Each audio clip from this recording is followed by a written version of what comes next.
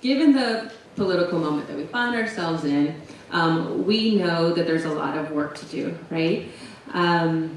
But to set the stage, I want y'all to talk a little bit about what we have seen so far, what are the ways in which folks that have engaged with government and processes and systems have been not rehabilitated, but instead have been traumatized, right? Have not been healed, but instead have been damaged, have not been supported, but instead have been oppressed, right? There's a lot of ways in which we have government agencies, again, and systems and such, that are supposed to be helping our population, our society. They're supposed to be moving things forward, presumably protecting us, presumably making things better. But from your different experiences, I'd like to hear from you, what are some of the ways in which you've seen these state institutions, with regard to criminal justice and immigration enforcement, cause more harm than good to the public?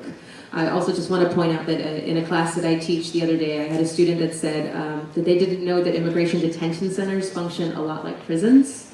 So let's just assume that not everybody in this room knows that as well.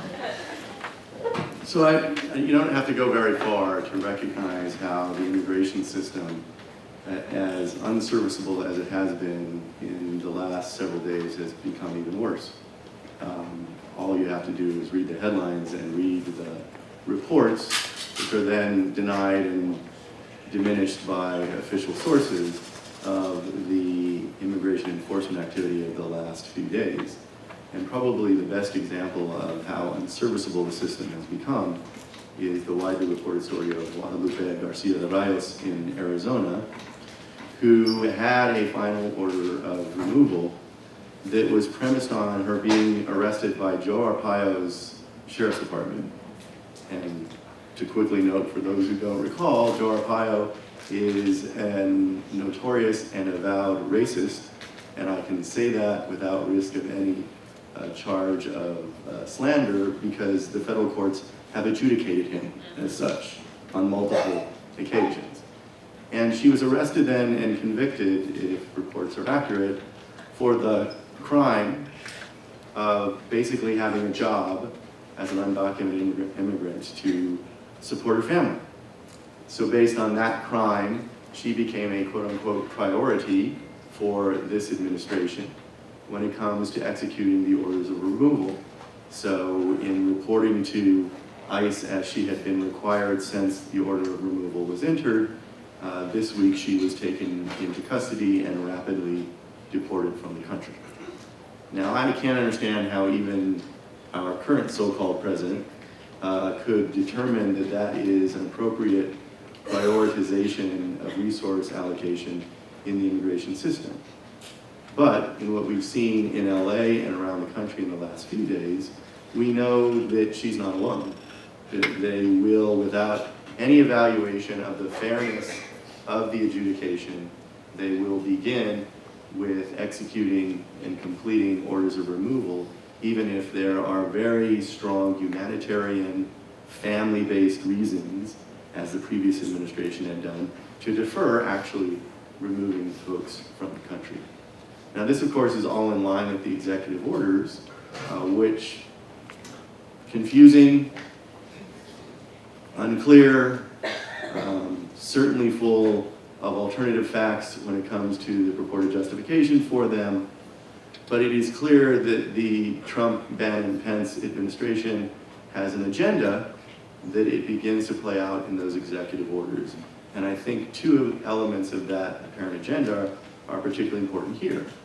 The first is they seem to be intent on convincing the general public that every immigrant, probably with the exception of Melania, probably, but that every immigrant, current and future, is a criminal, either currently or an inchoate criminal to be or terrorist to be. And their executive orders and the actions taken in response to them are designed to convince people that everyone is a potential threat to public safety, and if they are an immigrant and therefore needs to be dealt with as such. That means, as Claudia alluded, we are, as they've already promised in the executive order, going to see more detentions of immigrants, They're going to try to increase the number of detention centers. They're going to put them in isolated areas where it will be hard for lawyers or family members to see those who are being held. They are in all likelihood going to contract out the operation of those detention centers, which means that the profit that those companies are making, by definition, are resources that are being deviated from taking care of the folks who are in detention and providing for their human and legal and civil rights needs. It means that we are going to see more arrests. We're going to see fewer releases on bond or otherwise to be going back to families. So we're going to see a permanent disruption of families across this country. It's hard not to notice the coincidence of how immigrants will be treated and how currently our criminal justice system treats folks. But that leads to the second agenda. It is apparent that the administration will try implicitly and increasingly explicitly to depict a difference in rights, permanent, ongoing, significant difference in rights between similarly situated citizens and immigrants. And that will begin among those who are convicted of crimes. We've always had that, where you can have a citizen and an immigrant convicted of the same crime, serve the same sentence, and the citizen's sentence is over, although there may still be repercussions, obviously, unfortunately for employment, in other states for voting, but their sentence is over, but the similarly situated immigrant then faces deportation or removal from the country. So an additional layer of punishment that we've always included in our system. But this administration will try to make that distinction more stark, more severe, and that is not, I hasten to add, about really doing anything of use or of help to the citizens who are similarly situated, having been convicted of some crime. It's actually about starting with making the difference bigger and then starting to move the citizens who are convicted of crimes closer and closer to how poorly we are treating the immigrants who are similarly situated. So it's a wedge to try to actually undermine the rights of everyone. And I'm going to end, Claudia said we could talk a little longer, so I didn't want to do it too quickly. I just want to end with pointing out the obvious irony of what is going on. We have a so-called president who has a penchant for accusing judges and courts of bias against him, a wealthy, white, privileged man, and he even accuses them of bias during his time as president of the United States. So he sees this bias against him in our court system, but he does not allow for any possibility that poor immigrants without legal representation might actually not have gotten due process in the immigration courts that led to a final order of removal. So he admits of no possibility of bias against the folks who every indication suggests there would be bias in a system, an immigration court system, that is by design not giving as much due process as a court system. But he sees all kinds of bias against him. Now that's a measure of what we have to overcome in these following years with respect to the agenda that I've talked about. So I'll go next. So I think you can see why we nominated Tom as tribute. Started us off well. I just wanted to say thank you to Repair and to Claudia Pena and Beth Rebay and the Board of Directors for convening this important conversation. And as Claudia was introducing me and saying, the work that many of us did in bringing together this symposium was responsible for keeping her here in her first year. I sort of want to channel the current occupant of the White House and say, wrong, it's all her, and she kept many of us here and in our right minds. I'm so glad to still be in community with you and to be invited. In terms of your question, I think about a former client of mine that I'll call Miss Wells. She's a Black woman, mother. She was on Section 8. We were representing her and others as part of a class action lawsuit against the Antioch Police Department. The Antioch Police Department was systematically harassing surveilling and profiling Black women on Section 8 to try to push them out of what they felt was a racialized white environment, where these families didn't have a right to belong. And I start with Ms. Wells because I think she's a good illustration of the points that you're sort of asking us to dwell on, sort of how systems inflict violence, how our criminal justice system is in fact a form of gender-based violence. And I want to sort of explore her story and tease out how she might teach us about this, right? So Ms. Wells had an experience where she was a victim of domestic violence. She calls the police come, and instead of asking her what happened, trying to provide her with some support, some help, give her some resources, they come into the house. They start looking around. They start asking who this person was that assaulted her.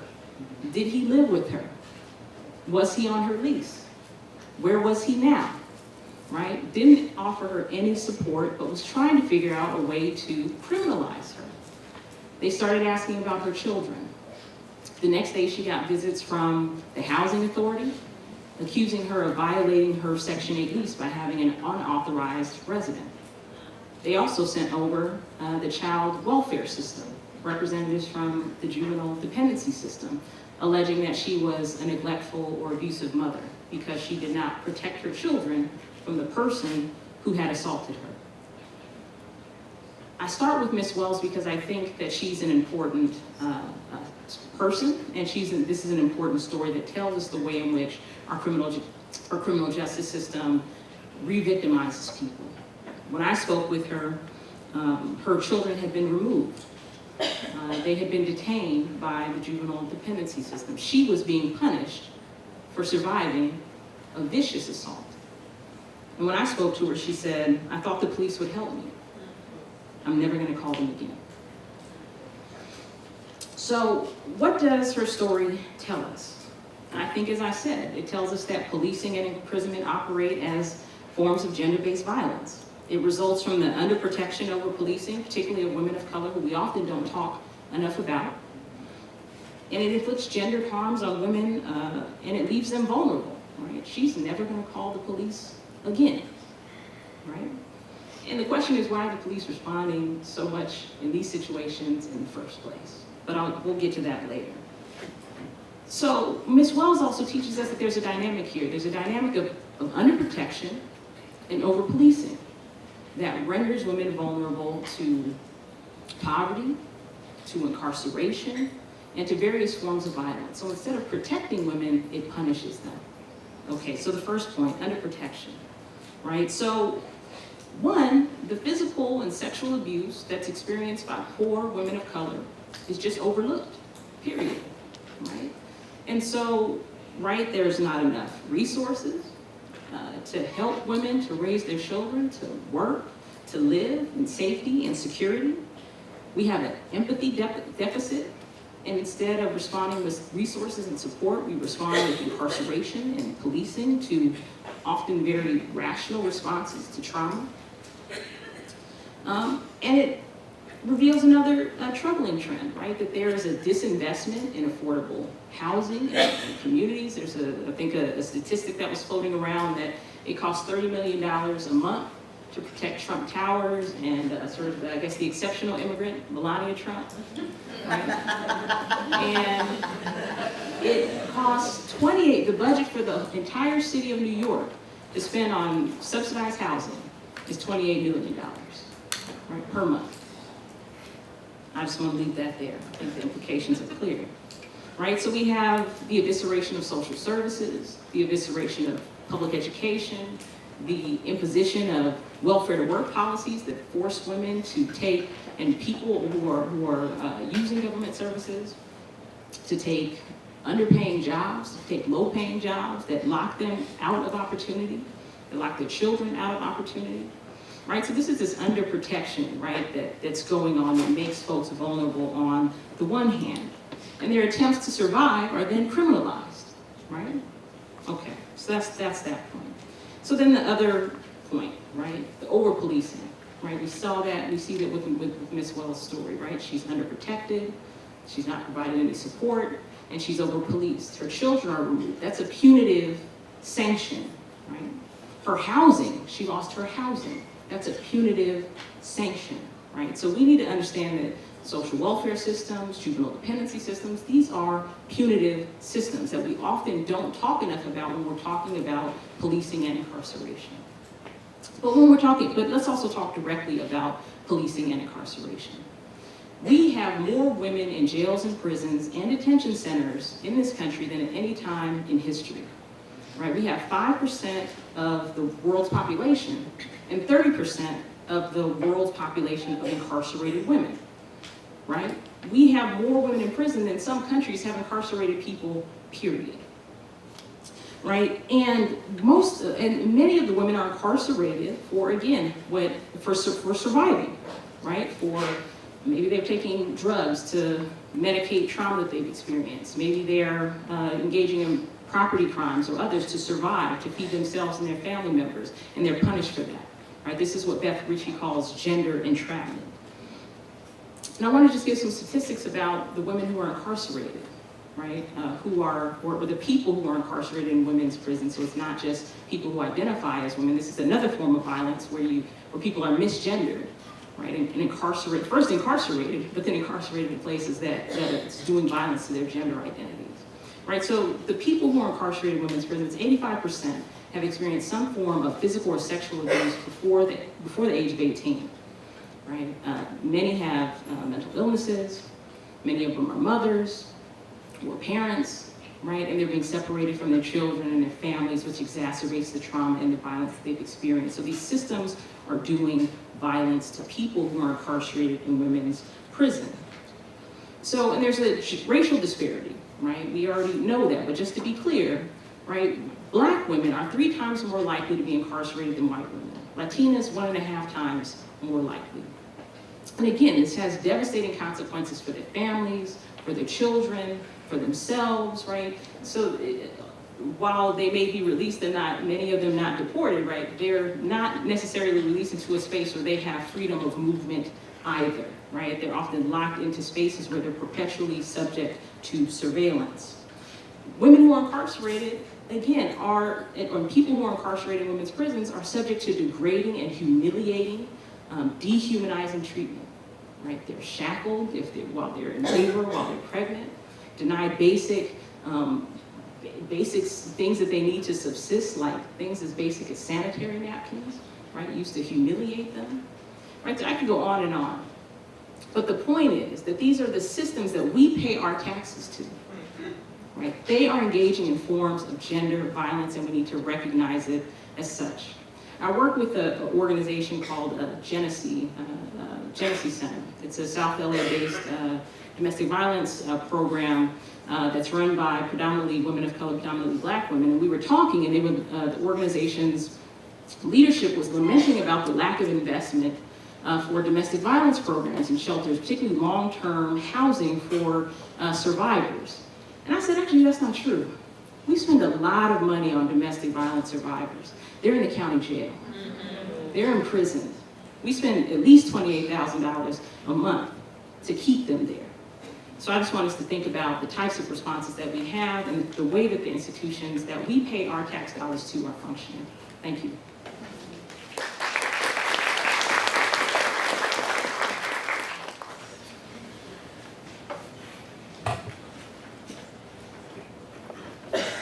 So we had a talk, last week about how we were going to set this up and really what we were going to address. And I think since then I've kind of allowed myself to go down several rabbit holes of,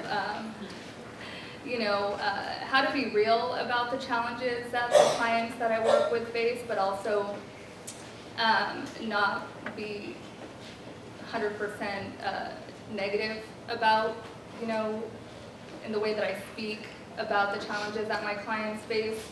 I think it's easy for me to go there because I do feel negatively about the system that I'm absolutely a part of to some degree, right? I've been a public defender now for about 6 years. 1 year of those 6 years, I was a federal defender for the Eastern District of California up in Sacramento.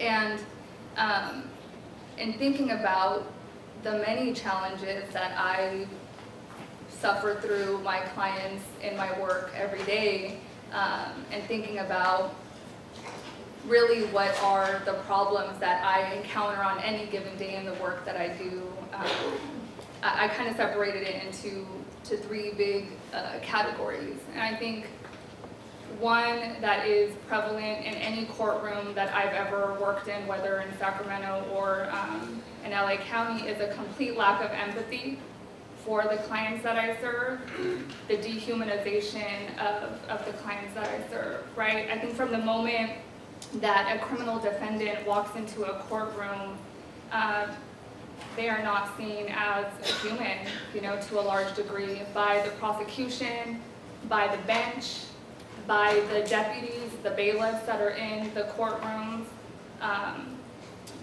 And so I am constantly reminding myself of that, right? And so in any interaction, in every interaction that I have with my clients, I work very hard to remember that this is a person who is probably at one of the lowest points in their life, darkest moments in their life, and that I am there to walk them through a very ugly path, right? And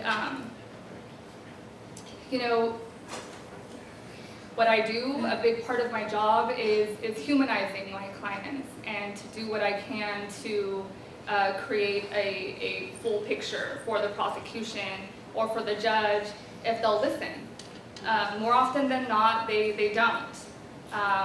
They're too busy. So I, will sit there and I'll say, all right, well, when you have 3 minutes to hear me speak, let's talk, right? Give me a few minutes. And it's hard because most prosecutors, as you tell them, the challenges that your client may be facing, whether it's they're the sole provider, they can't be in jail, they need to pay rent. If they don't pay rent, they're going to be evicted, or their children were taken away as a result of the arrest, and they have no idea where their children are, and they just need to get out, but will come back to court to deal with their charge, but they just need to get out because they need to know where their kids are. I can go on and on and on, but for the most part, I am usually looking at a prosecutor who does not give a shit, who does not care, who rolls their eyes, who pulls out their iPhone and starts sending a text message as I'm pouring my heart out to them about my clients. And that is just how it goes, right? And more often than not, my clients are victims themselves. They just happen to be the person who told a story that the officers didn't like, or they weren't the first person to call the police on the day of the incident, and so they're the ones that ended up behind bars. I wanted to give a couple examples of some of the clients that I've served. I'm going to start with someone that I'll refer to as Ms. Garcia. Elderly woman who came into court. She was probably in her, late 60s, and she's in court, and I go and I introduce myself, and she can't even look at me. She can't even make eye contact with me. She is shaking. Physically, her anxiety is just oozing out of her pores, right? And so I take her into the hallway, and she begins to hyperventilate as she's telling me the story about her arrest. She has never been in trouble before, doesn't have a criminal history, an immigrant from Mexico.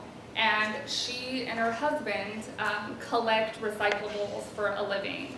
And they were in his work truck driving down the street. The back of the truck is filled with recyclables, and they notice a duffel bag on the floor. And this is in a neighborhood, a working class neighborhood. And if I live in a working class neighborhood, I live in an area of Loyal Heights where if you don't want something you own, you put it on the street, right? I think we've all seen couches and mattresses and bags of whatever miscellaneous stuff that people leave out on the street, and then if someone else wants it, they can collect it, right? And so they see this bag, They pull over, they wait a few minutes to see if anyone, was gonna come to collect the bag, and no one did.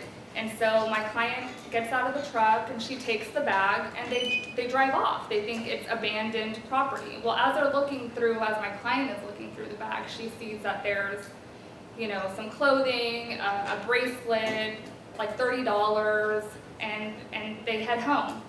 Well, as they're driving home, the owner of the bag comes out and calls the police and gives a license plate number to the truck.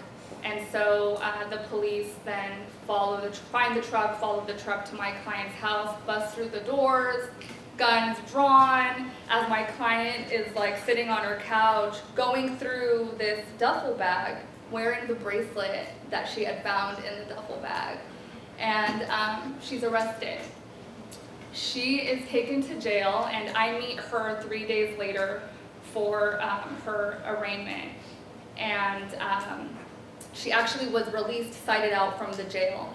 And so she walked into court herself. And as she's telling me this story, she's, hyperventilating and getting very upset and crying. And she just can't believe she's in this situation, for taking this bag. And she even told the police, just take it here. I didn't know. I thought it was abandoned. Take it here, have the bag, I don't want it, but instead she was put through that trauma and now was facing criminal charges, and here I am trying to figure out how I'm going to get her out of this mess, right? And she actually, anytime we walked into the courtroom, she would begin to hyperventilate and go through this very physical, scary experience because she was so deathly afraid of going back into jail. And she actually, the day she ended up pleading to a reduced charge, they had charged her with receipt of stolen property, and I really wanted her to go to trial. I begged her to go to trial. I'm like, please, but there was no way. If I couldn't get her physically through something as simple as an arraignment, there was no way in hell I was going to get her through a jury trial. So she, wanted to plead, and that is her choice 100%, and all I could do was try to negotiate a better offer. I think she ended up pleading to something like a trespass or something that wasn't as serious. But as she's going through her plea, she fainted and started to convulse and started to have like a seizure.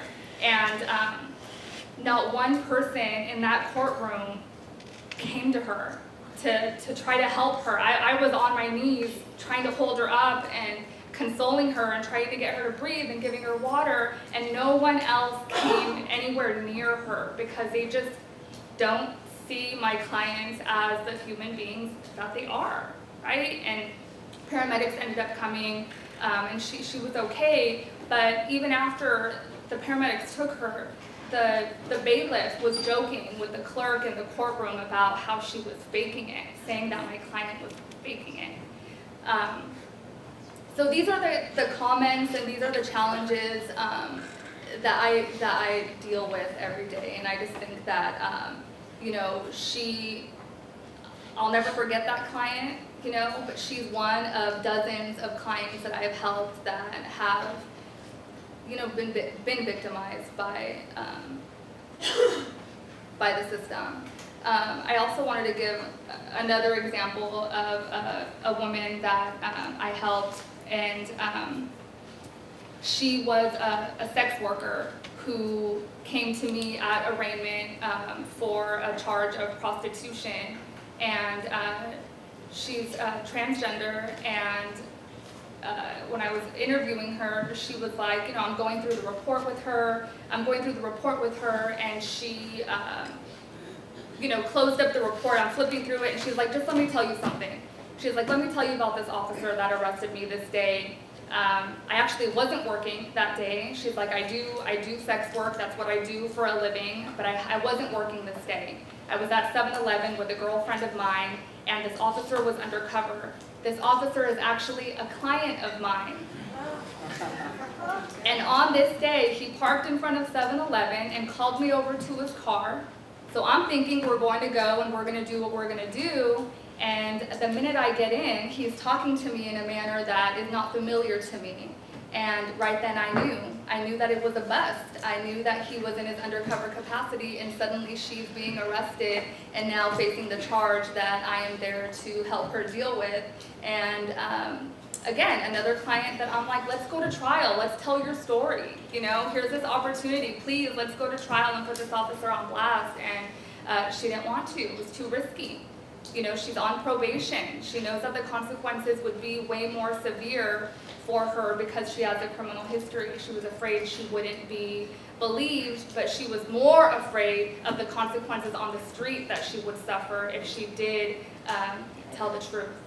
Yeah, so anyways, I'm sorry, I know I'm going on, but like I said, I have several clients' names here jotted down of all the stories that I could tell about all of the many challenges that my clients face on the daily. And you know, I just keep fighting the good fight and doing what I can, but it's challenging.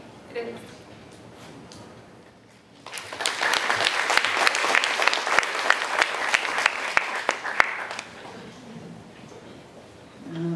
So wandering in on campus today, I have never seen such a high concentration of blazers in one area in my life.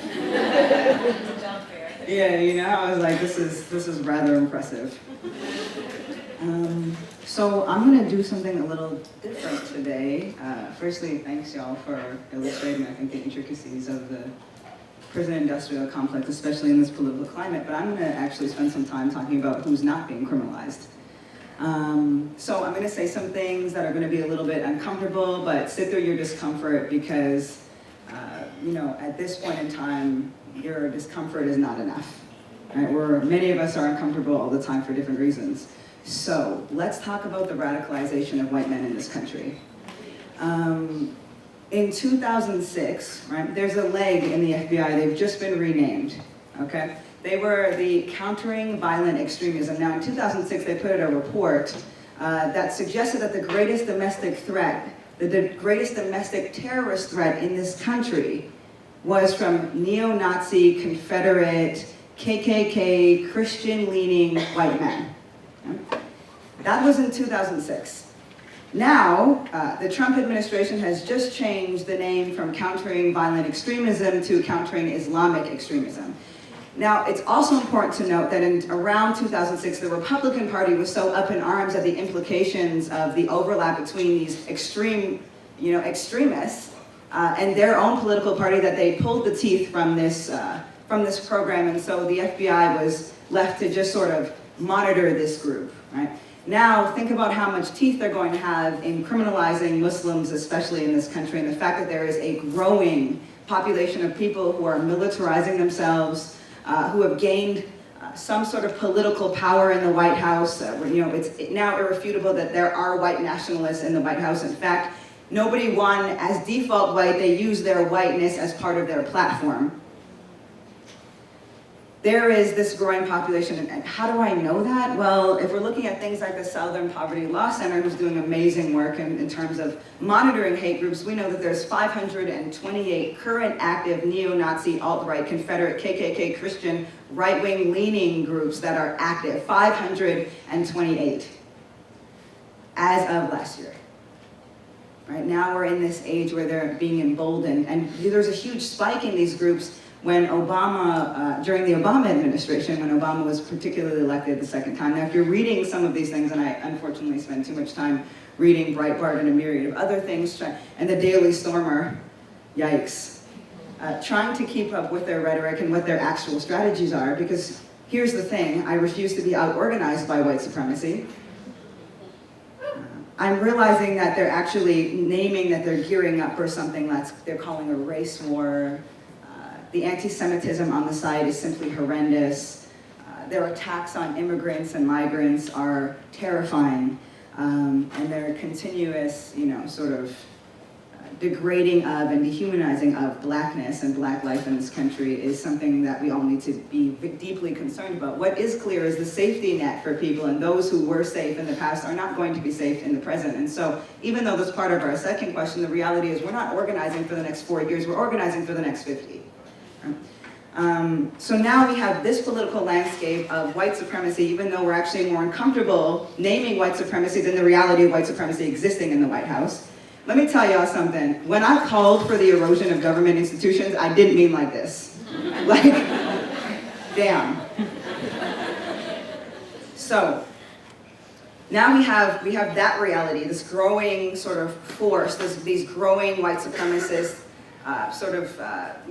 groups in this country, and and I've read a lot of the rhetoric, and I just sometimes you want to find like what the thing is that's the most oppressive to the majority white men. And I gotta tell you, the most oppressive thing that white men are united about or against in America is political correctness. I'm like, wow, that must suck. Right. And I wish it were a joke. Actually, no, I'm pretty hilarious. So, but it's actually true. That is the most offensive thing, right? And they're cloaking it in this mask of free speech, right? And any attack on sort of not being an asshole is an attack on free speech. And so we really need to be aware of this, because there's new populations of people who are reframing what victim means, right? And so now and then they're also reframing what marginalization means. And so that's one side, here's the other side, right? This new sort of rhetoric of hate crimes against police, right? And this is important to note, because what we're seeing is the political landscape of the prison industrial complex is expanding. It's expanding exponentially. And so you see a bill that is in Louisiana that says resisting an officer is a hate crime. Right? We all know that hate, resisting arrest or abusing a police officer and a myriad of other things gets slapped onto a charge that's already inflated to begin with. Right? So now resisting arrest is going to be considered a felony hate crime. That contempt of a police officer is now going to be a hate crime. That yelling at an officer is now going to be a hate crime. So that's suggesting that the language is changing to reframe police as some sort of persecuted, marginalized group. Think about how dangerous that is. An institution with ever-growing political immunity, massively inflated budgets, and one that is becoming more militarized with military-grade weapons every year is now considered a persecuted group. One that is equated with, say, Black Lives Matter, this false equivalency of somehow we have the same sort of political power, right? Because we are an anti-police movement, we are a hate group. If you're not sure about that, check the White House petition that had over 100,000 signatures that wanted to label Black Lives Matter as a terror group. Right? So we're also seeing then the expansion of the notion of terrorism. So now we have this growing population of people who are considered realistically the greatest domestic threat of terrorism in this country that's not being there's no intervention on that currently. We have the political sort of economy and climate changing to expand what the notion of terrorism is, and the co-optation of our language or our protections on a policy level that is now going to be extended to the police. And we saw those 3 executive orders that came out that give more authority to police officers. So things are going to get extremely dangerous, right? We're seeing that there's a crunch down on protests, but the reality is this is very clearly an attack on racialized protests that looks like resisting deportations, resisting ICE. And, we always have to think about, with these rash of executive orders, one after the other coming in, what is the political end game here? What is the purpose for all of this, right? Realistically, it is, there's like the 14 steps of fascism, which unfortunately, there's a massive overlap there. I think at this point we actually have to call a spade, where it's, corruption in the White House, the erosion of governmental institutions, sexism as a platform, a smaller and smaller population of people sort of controlling more and more power. We can see Bannon trying to get on the National Security Council as a permanent position, not a position for the next 4 years. And that is our current sort of landscape. And of course, the media, an attack on the media as the opposition party, right? And so when you're looking at all of this, and then, of course, the already active elements of the prison industrial complex, the reality of certain areas, standardized tests informing how many prison cells are going to be built in particular communities and new jails. When we have this sort of landscape, and we're looking at what the end goals are, we're in for a hell of a fight. We are in for a hell of a fight. And I think realistically, in the age of alternative facts, we actually have to do the thing that is now one of the most radical things we could do, is tell the truth, right? And we need to revolutionize our language. We actually need to build new tools. We're using 20th century models in a 21st century. And so our generation is tasked with the creation of new tools and new language. And what does that look like? Well, the silver lining in this is I think we're actually going to find out who the left actually is in this moment, right? We can say with certainty that it's not the majority of people in the Democratic Party. That's fine. But what are the new initiatives happening? We're looking at Democracy in Color, which is an initiative led by women of color that is looking to recruit women of color and allow them to run for office.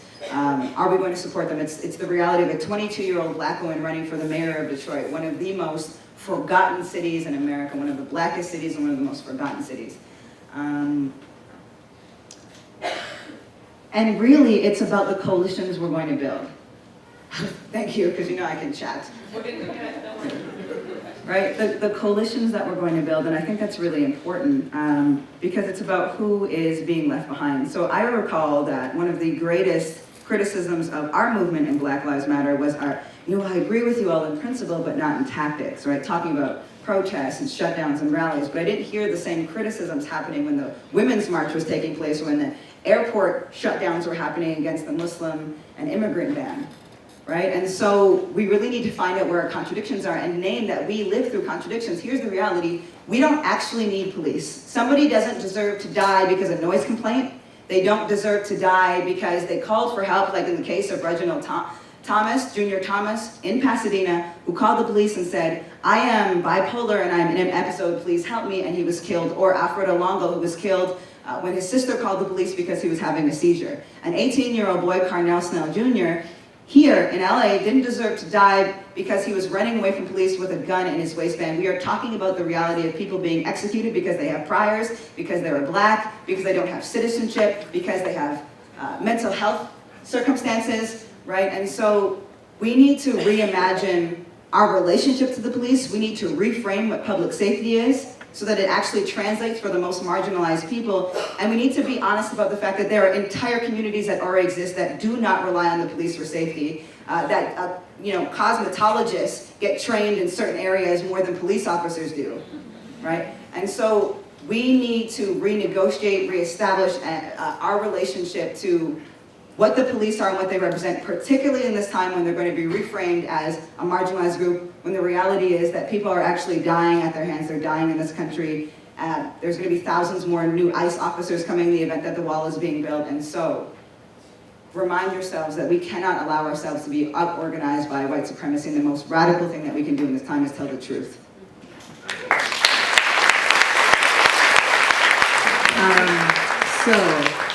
I think many people in the room, you're probably waking up to news accounts every day, right? Maybe you're paying attention, maybe you're not paying attention in order to take care of yourself so that you can have a little bit of sanity in your day.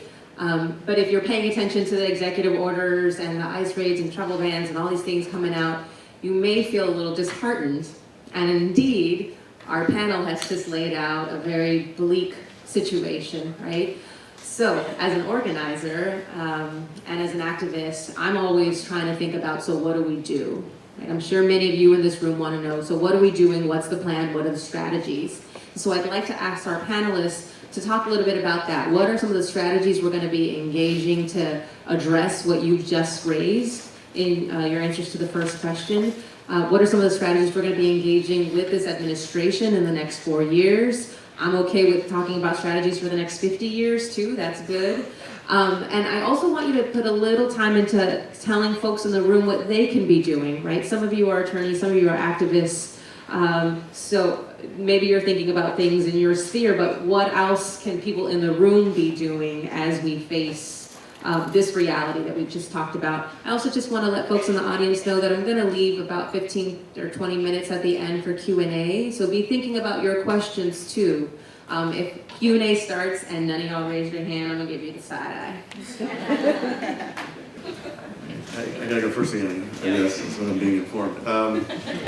Silicon does. So I think that it's clear that what we can expect over the next 4 years is a lot of unpredictability. But there will be, beneath the crazy moves to the right, left, center, whatever, there will be a strain of consistent strategy, if you will, behind what's going on. And we have to collectively identify that and not be diverted by whatever the obsession of the so-called president may be at the moment to recognize what is the long-term damage that's being done. And I think that that requires ensuring that we are talking, coordinating across different issue areas, across different communities, so that we are working together in identifying the underlying strategy of the White House. And at the same time, we have to make sure, and Claudia Pique asked what folks can do, and I think it's been said, we have to reject alternative facts. We have to identify them as alternative facts, and we have to educate and inform the folks that we are in touch with, because alternative facts are seductive, even for folks whose political instincts are where they should be. Alternative facts are seductive, and we have to be sure that we are identifying them, exposing them, and having others do the same in order to combat what we're going to face. I think beyond that, we do have to ensure that the pressure is on in multiple different ways. It means directly attacking, and in the case of an organization like mine, directly litigating the policies that are being put forward. But it also means identifying the vulnerabilities that are more indirect, but that can undermine the endeavor. I'll give you an example. I think we need to recognize that private, for-profit prison operators are directly tied to what the underlying strategy of the White House is, and we need to do our work to undermine them. So in California, for example, that means that Maldif is proposing, and assuming I get the time in the next few days to write it, we'll actually have introduced legislation that would ensure that the two largest pension systems in the country in California will not ever invest in for-profit prison operators, because that undermines their ability to continue to do what they do. Now, at the same time, Donald Trump is going to make sure that they're getting contracts from the federal government. We've got to target that as well, but we've got to be comprehensive in seeing the underlying strain and targeting it in both direct and indirect ways. I think we need to recognize that we have to support each other not just in strategy, but in thriving, surviving, and thriving in doing what we have to do over the next 4 years. I have in other presentations characterized what we're seeing in response to those who have been a little more pessimistic. I was on a panel in San Francisco where a good colleague heads another civil rights organization in San Francisco. We're talking about immigration. He characterized it as Trumpocalypse. Now, I rejected that because, and I'm not ordinarily, my assistant Yesenia Portillo is here. She will tell you I'm not usually an optimistic person, but the pessimism in Trumpocalypse, I just have to reject. It's not Trumpocalypse because we're going to defeat it. So in response, I've characterized it as Hurricane Donald, which is a hurricane of nativism and injustice. And like hurricanes, it's unpredictable. You don't know where it's going to move, what it's going to hit next, and how hard it's going to hit, and you've got to be prepared. And all the folks in this room and rooms like this, particularly the professions that you represent, we're the first responders when it comes to Hurricane Donald. And like all first responders, when you're facing a hurricane of this strength, this unpredictability, it's draining. And we have to support one another. But even more specifically, first responders put themselves in danger. And we have to protect each other as we put ourselves in danger in very real ways by confronting Hurricane Donald. So it is essential that we not only have a strategy and approach that is unified and crosses issues and communities, but that we support each other and protect each other as well across those communities. So I think what we can do is provide that kind of protection to each other, check each other on what is the underlying strategy, don't get diverted by the latest craziness if it's not tied to that, and work together on ensuring that alternative facts get rejected as the lies that they are.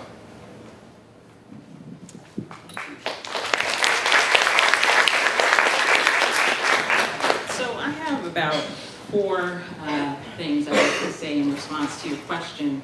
The first is, I think we know this, but I think we need to remind ourselves of this, right? When someone tells you who they are, believe them, right? And the idea that Donald Trump is running around talking about alternative facts, they're not alternative facts. This is a worldview, right? This is a declaration of intent. So when Donald Trump says we are in the midst of an unprecedented crime wave, we can't go around talking about that's not true.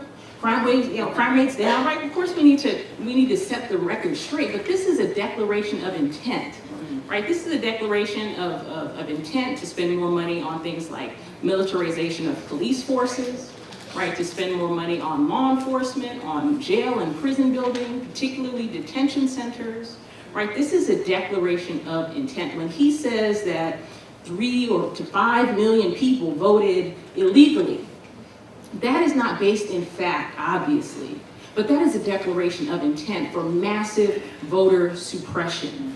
When he says, that Muslims are coming into this country and, blah, blah, blah, terrorism, it's not the truth, but it's the declaration of intent. When he says that Mexicans are rapists and criminals, right, that's a declaration of intent, and we need to start understanding that as such. We cannot get caught up in this idea that these are alternative facts, and if we could just get people to understand the truth, that will move the needle. No, right? This goes back to the point that was made earlier, right? We need to be mobilizing around a counter narrative, right? To get in the way and to frustrate those efforts, to not get caught up in this idea of let me counter check you with the truth.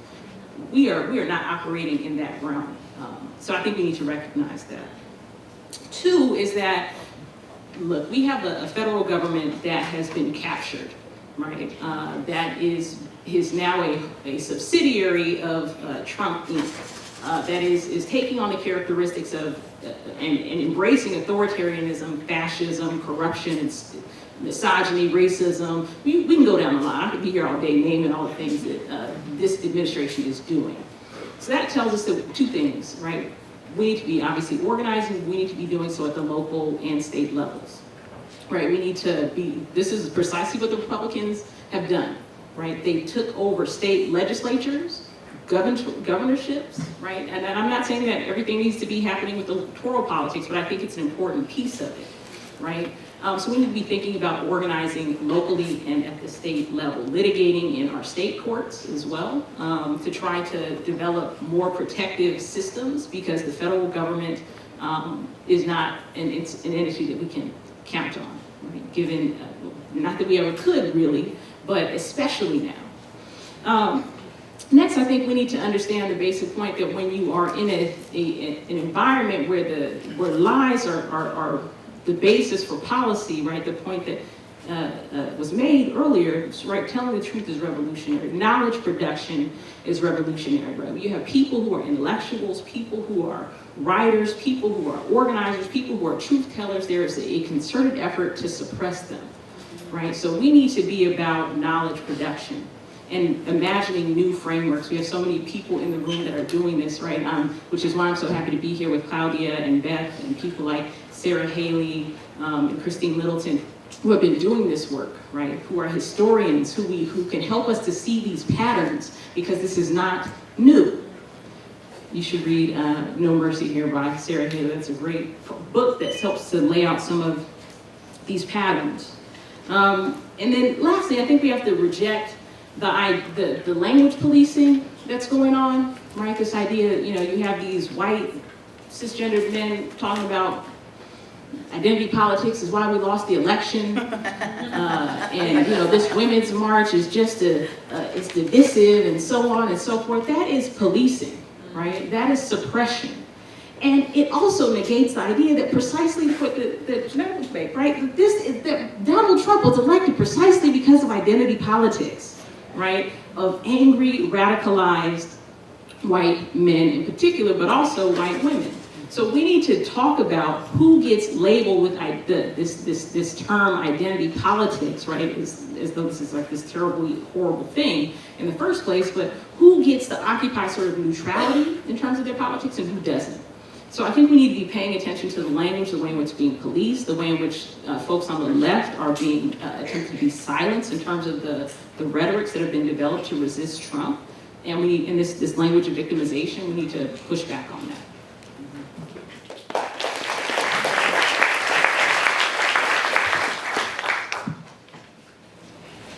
This question was particularly difficult for me to figure out how really to address because of the role that I do play, being on the ground with my clients and really doing triage with them and putting out fires every day. It's really hard. I don't really have the opportunity to really step back and think about like what is this new world that we're operating in and how is it going to begin to affect my clients and affect my work, because we are in this real state of unknown, right? And I had an experience with a client that kind of shook me. It was a couple weeks before the inauguration, and he is undocumented, and he was going to do some jail time. It was for a charge that had a mandatory jail sentence that couldn't be done by any other means. It couldn't be fulfilled through something like community labor. And he says to me, I kind of want to just be done and surrender right now. And I was like, why? Like, we can set out your surrender date, like, get your affairs in order, you know? And he's like, no, I want to be in and out of jail before Trump is in office. And it really, like, I was like, damn, that's right. That's right.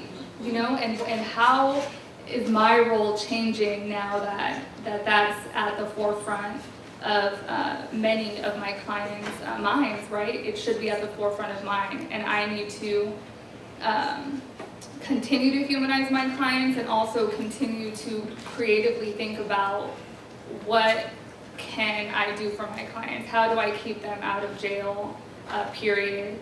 And, you know, and what's frustrating is because I know that that's what I need to do for a lot of my clients, right? And I know that that should be my end goal always. And it's incredibly difficult when I speak with a prosecutor and ask for an offer, and they pull out their little typed up standard offer list, and they find the charge, and they tell me their 60-day, 90-day jail standard offer, right? Because they aren't trained to think creatively about their role as prosecutors. And they just aren't. And there's little room for that flexibility. And then I, as a public defender, think, okay, well, your offer is terrible and you're not listening to me and you're not trying to work with me. So let me take it to the judge. Let me ask the judge for an indicated offer. That means that you're pleading to the sheet, your client's gonna take all the charges that they're being charged with, and you're gonna ask the judge for an offer. And then the minute I say to the prosecutor that I'm gonna do that, oh, well, you're forum shopping, so if your judge gives you a shittier offer, you're stuck with that offer, and I am no longer negotiating with you. So, you know, we're often put in these corners where, you know, our clients are just screwed, and it's difficult, but, you know, it's work that I need to continue to do as far as being mindful of what my clients' needs and wants are, especially in this new world that we're operating under. And as far as what I could say to the group here as young practitioners and students, we need people. We need good public defenders. When I was in law school, I remember that there were people of color that wanted to be prosecutors, and I'm like, who are you? Why would you want, what's wrong with you? Why would you want to be a prosecutor? And now I'm at a place where I've been doing this long enough where I know that we need good people on the other side, and we need good people on the bench, because they're the ones that hold the power.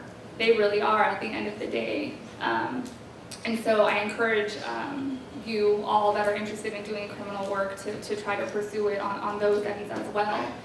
you could be a prosecutor and be progressive and be, it's not for me, but there is a role to play there, so I would encourage that.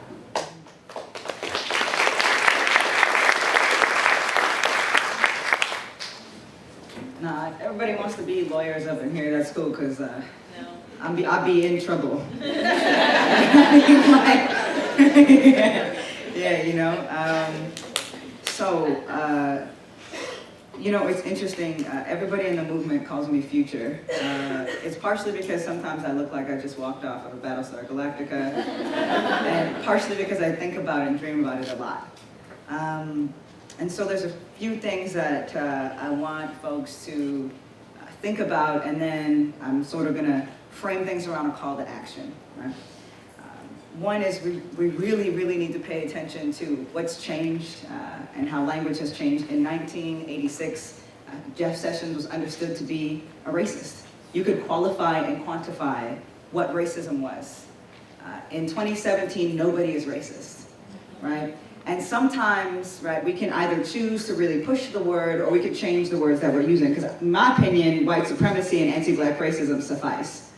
You know, we really need to be considerate of and intentional around language and how it's been gutted or co-opted by, sides that aren't necessarily invested in the idea of justice in an equalized and balanced way. So that's one. Two is we got to find unlikely bedfellows. You know who I've been spending a lot of time with? I had this one dude at this campus I was just at because I'm in the middle of this college tour, which is kind of strange because we all live through seeming contradictions. Because before I got there, the FBI had been there to do an investigation on the seriousness of death threats against me. And when I got to the campus, there were 4 officers who were assigned to me. So I am a person representing an anti-police movement now relying on the police for my protection. So we live through these contradictions, right? We got to figure out what they are. I mean, I could be the biggest feminist, let me tell y'all, but when I got pepper sprayed on the streets of Charlotte, I could not see. I was lost. My other homie had been pepper sprayed, and this dude was like, I got a female injured. I was like, yep, that's me, you could take me. Right? So, just come get me, yes, right. So we have to be really honest about what our contradictions are. The age of political puritanism is over, right? It doesn't work, right? There are no political purists.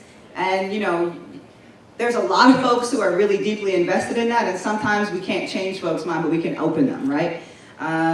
So we got to recognize our contradictions and make coalitions where they aren't necessarily the most obvious. For example, conservatives should be irate at the current state of the Trump administration. Republicans who believe in actual Republican values should be enraged, right? So we got to find the ones who are angry, and we have to recognize that our wins aren't necessarily going to look the way they did. Like when I look back on the civil rights movement, voting rights was the biggest thing. That was one of the anchors, right? It was one of the pivotal moments in that. And they can easily be gutted and suppressed as they were a couple of years ago, right? And that's going to happen again. So our wins need to look differently. A lot of our wins are going to have to be cultural, which aren't so easily measurable. But that determines what truth is. It's a measure of truth in the way that art is a measure of truth. So that's the one piece, the coalitions piece. The other thing around the coalitions thing, which I want to expand on quickly, is do not leave immigrants, Muslims, Black and Native people behind. Right? So when immigrants are being criminalized in the way that they are, and then consequently a couple of years ago there was a movement that says we are not criminals, right? If you're not criminals, then who are the criminals? The implication that there are criminals, and unfortunately the ways that Black people and Black skin is criminalized and weaponized is something that can't be minimized. So around coalition building, we have to be really intentional around language. We have to be very deeply invested in how we're relating to each other in a movement and revolutionize our relationships, right? Because it is important to say that we are not criminals, but if that is the anchor of your organizing, that has anti-Black implications, not because that was the intention, but because that's how people understand the world. Unfortunately, we need to change how we organize together. And then the other aspect that we really need to focus on is transformative justice. So non-prison, non-police-based strategies with dealing with things that come up in our communities. So in the absence of public leaders creating sanctuary cities, we need to create sanctuary cities. In our homes, in our churches, in our mosques, we need to find and create them, and we need to create a narrative or a culture where people can understand, right? honestly, a type of underground railroad until we make it through these next few years. So we need to expand how we're showing up for each other, how we relate to each other. And a couple of rules, I think, around organizing. When you don't know what to do what you know, right? Everyone in here is an expert in something, and right now we're feeling overwhelmed by everything that is changing, by the ways in which haters have become emboldened. And we don't often know what to do. So when you don't know what to do what you know. And do it with people that you wouldn't typically organize with. So if you are all about fighting rape culture on your campus but don't fight for Black lives, it's time for you to riot where you're quiet, right? Find the connections. The same rhetoric that is used often in victim blaming with survivors is the exact same rhetoric that is used to kill Black people, how they were dressed, what they were doing out at that time of night, who they were with, right? So we have to find those coalitions. It can't just be about environmental justice, it has to be about environmental racism. We can build coalitions by looking at the Dakota Access Pipeline, which is being pushed through, and Standing Rock is no longer the popular thing to talk about, right? And the reality that the Keystone XL pipeline has been activated, right? So these are areas that we can openly and actively fight against on a very fundamental right, which is access to clean water, right? That unites us with other organizers, again, that we might not have coalitions with. Black Lives Matter went out to Standing Rock because we recognize that the need for pushing back against the stolen land versus stolen labor narrative, right? They happened at the same damn time. And here's I'll end on this. It's not so simple as impeachment, for example, because Pence is just as terrifying and just as horrifying. This is a man who believes that electric shock therapy for the LGBTQ community is acceptable. And let me tell you something, I don't need that, I'm already too lit.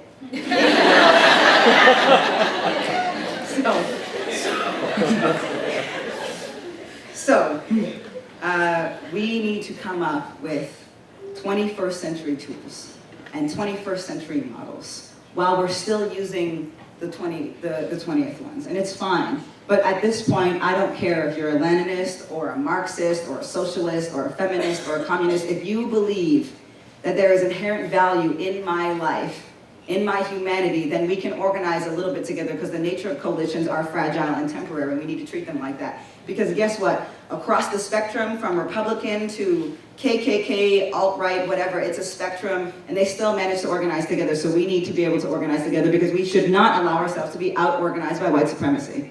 Right? And so I'll end with this, officially. Oftentimes we look back at past horrors and atrocities and we think, how could they have let this happen? We do, right? How did they let that happen? It happened just like this. It looked just like this. The same brand of populism. The mainstreaming of ideas that erode justice and freedom and liberation. Things that we haven't even fully achieved in this country and worldwide. We think that we have to be remarkable in order to do something, but no. The people that we look up to and we hold dearest didn't start out remarkable, they became remarkable when they fought for freedom, when they fought for justice, when they fought for liberation. You too become remarkable. We have to change the notion of truth by telling the truth. What a strange thing. But just because a lot of people believe a certain thing is true doesn't make it so. Remember when people thought the earth was flat? Yikes. Except for B.O.B. He's a little rough. So instead of people looking back on us, asking how could they have let this happen, let them look back at us and say that they won. I want to be the generation that wins, so let's be the generation that wins.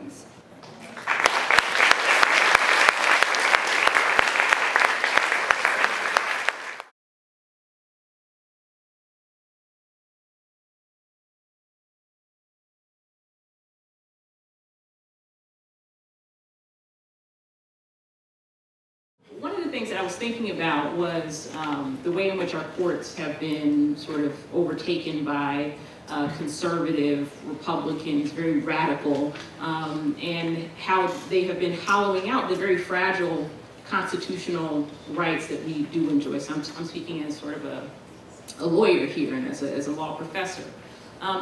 They didn't do that overnight, right? They started organizing and theorizing and strategizing 40 years ago, right?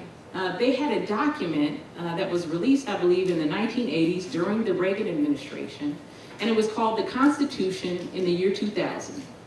Right back in the day, we thought the year 2000 was like, what?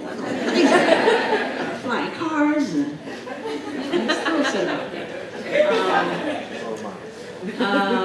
We don't have fully electric cars, you know. Anyway, so they had this document that they generated called the Constitution in the year 2020, and it went through basically each and every provision of the Bill of Rights. And the one I most worked with is sort of the Eighth Amendment, which has to do with cruel and unusual punishment that applies to prisons and to some degree jails, any kind of form of punishment.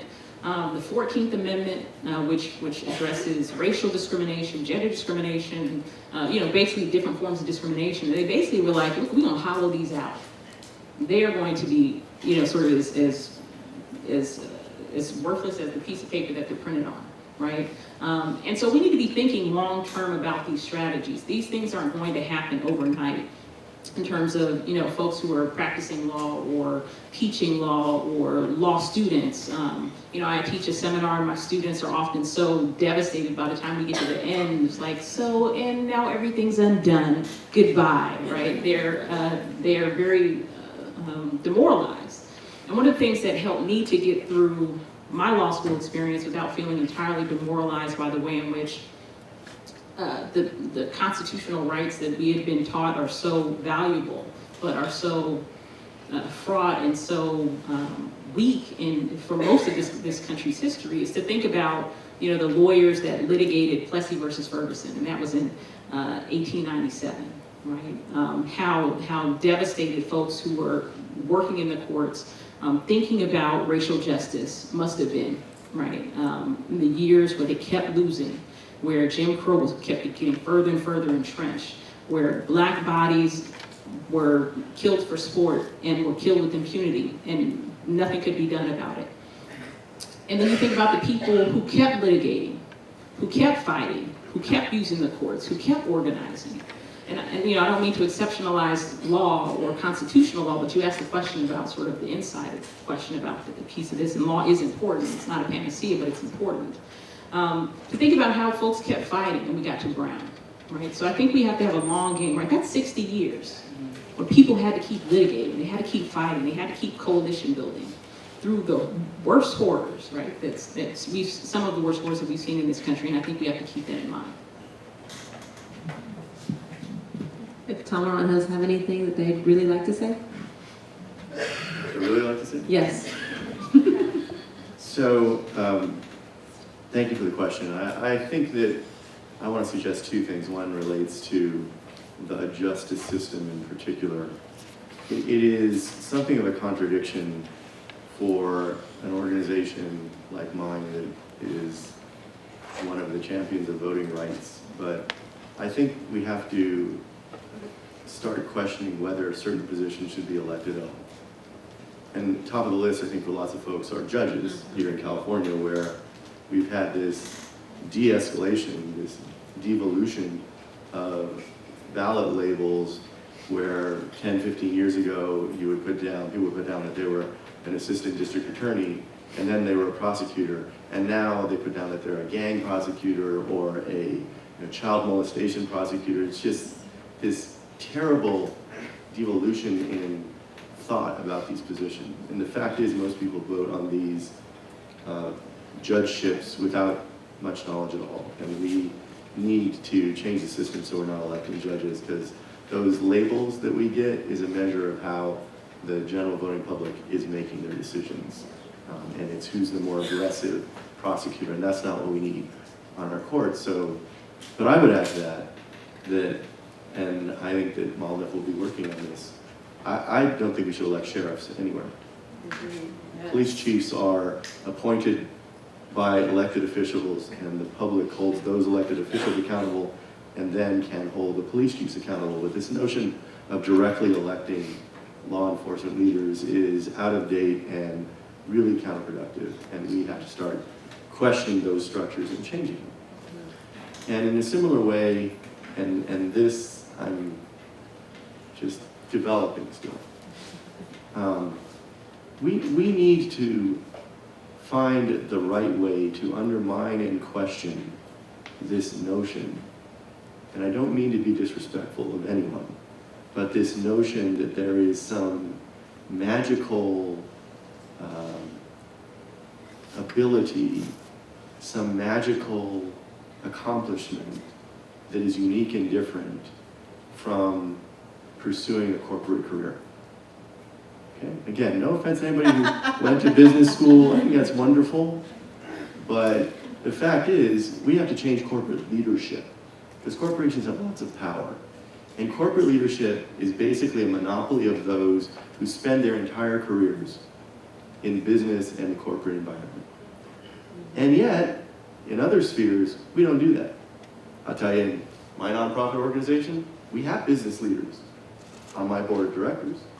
For a time, we actually selected a lawyer who had never done civil rights, had spent her entire career in the corporate environment. Now, I admit my reaction to that was, what? So you're basically saying there's no unique skill in being a civil rights lawyer such that you would take a corporate lawyer and put that corporate lawyer right at the top. But that's fine. I mean, I don't really think that's the right approach, but neither here nor there. But the point is, the corporate arena doesn't do the same thing. I could take my civil rights career and go apply to be the CEO of a corporation. They laugh me out of the room if they even let me approach the room. So we have to change this notion that there's something magical about a corporate career that means that leadership in that very important sector should be confined only to those who devote their careers to that. And we have to start saying, no, your boards of directors should include people from different sectors, not just the business sector, and demanding that. And they use, ironically of course, greater regulation under Sarbanes-Oxley to justify only having business people on their boards of directors. We've got to call that out for the lie that it is, and demand that leadership in that sector be diversified, and not just in terms of folks. Appropriately, we should ask for diversity in race, gender, but we also should be demanding diversity in experience, professional experience, and not let them monopolize that to only one magical sector. That makes sense.